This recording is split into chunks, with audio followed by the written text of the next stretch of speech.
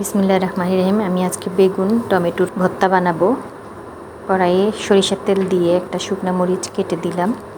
এবার রসুন কাঁচামরিচ দিয়ে একটু ভেজে পেঁয়াজ দিয়ে দিব। পেঁয়াজটা ভাজা ভাজা হয়ে গেলে লবণ হলুদের গুঁড়া দিয়ে আগে থেকে কেটে রাখা 2টা বেগুন দিয়ে ভালো করে নেড়ে চেড়ে ঢাকনা দিয়ে দিব।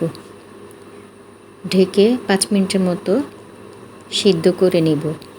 বেগুনগুলি সিদ্ধ হয়ে আসলে আগে থেকে কেটে রাখা 2টা টক টমেটো দিয়ে আবার নেড়েচেড়ে ঢেকে দিব। টমেটোটা নরম হয়ে গেলে ভালো করে একটু চটকে, যেহেতু টক টমেটো এজন্য একটু চিনি আর 5 ফোড়ন দিয়ে ভালো করে নেড়েচেড়ে মিশিয়ে নিলেই হয়ে যাবে বেগুন টমেটোর মজাদার ভর্তা। রেসিপিটি ভালো লাগলে চ্যানেলটি সাবস্ক্রাইব করবেন।